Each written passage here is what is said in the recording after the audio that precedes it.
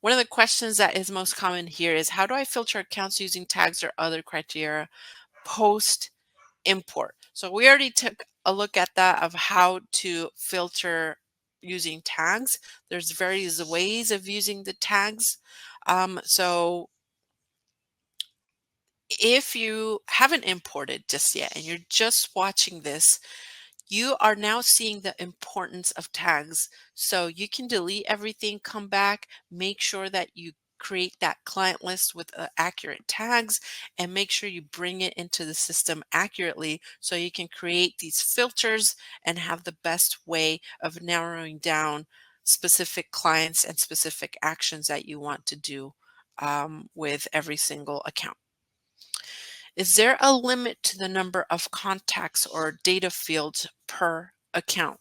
No, you can have as many contacts as you need. You can have 10 contacts that are associated with one account. There really is not a limit for that because we know that certain accounts can have that kind of robust functionality. So to answer that question, there is not a limit. How do I deactivate accounts for clients I no longer work with? Remember, we saw the archive feature. The archive feature allows for you to not use the account any longer. It's going to be neatly archived, but if you ever need to pull it up, it will be pulled up through our global search. And that global search is a big search function up at the top of the screen. And you can still pull it up, but they're not necessarily active anymore. And you won't really be able to select them when you send bulk invites or bulk emails, right? So again, archiving them is ideal. You don't have to delete them, just neatly archive them for historical purposes. How do I invite single clients to the portal? Uh, I'll actually demonstrate that, and I want to address one of the items here that from the previous question. So let me show you. All right, so question previous to that is, how do I deactivate that account? Again, you can archive the account by clicking on here.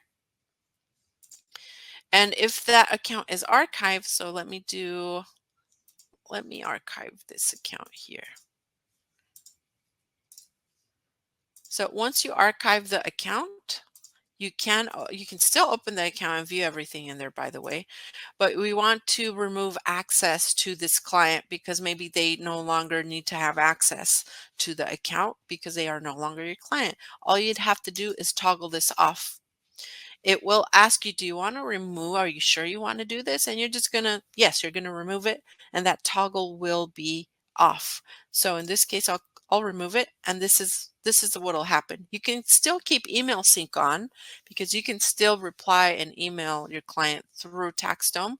Remember, there is an email section on there for you to do that, but they will no longer be able to log in.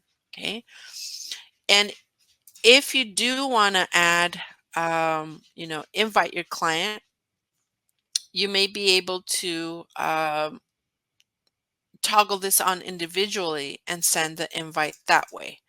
So I want to show you an example.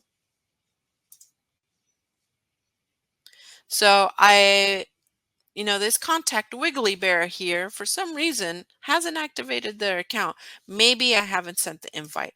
So you can click on the three dots and send invitation. In case you did send an invitation, you could just toggle this on and off, and they will be able to get that invite. So I'll remove it. Oh, there's a proposal that I sent, which means that I can't remove this contact, but that's okay. They would have to sign this, but I will delete it actually. So if that happens to you, it's because there's something pending that this contact needs to complete, and that's why you are not able to remove access. This case, I may be able to remove the access now, and they are no longer able to log in. But maybe the case is that I just created this account and I want to send them an invite. Toggle this on, shoot them a personal message on here, and they will be invited to the portal. Notice that it says pending activation. As soon as they create a password, they will be able to log into the portal, and this will no longer be here.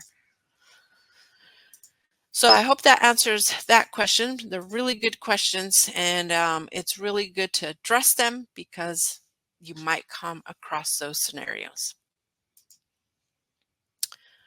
All right, so just to recap some of the items that we've covered, we managed how to get duplicates out of the way. Usually it's common when you have multiple contacts for multiple accounts, and it's easy to take care of. If you made a mistake during import, remember you can delete everything and start from scratch. We talked about bulk actions that you can do. And we are also able to create these filters and save them for future use, right? Because you don't want to be using the filters maybe all the time for this very, very specific narrowing down of your clients. We also saw how to invite clients.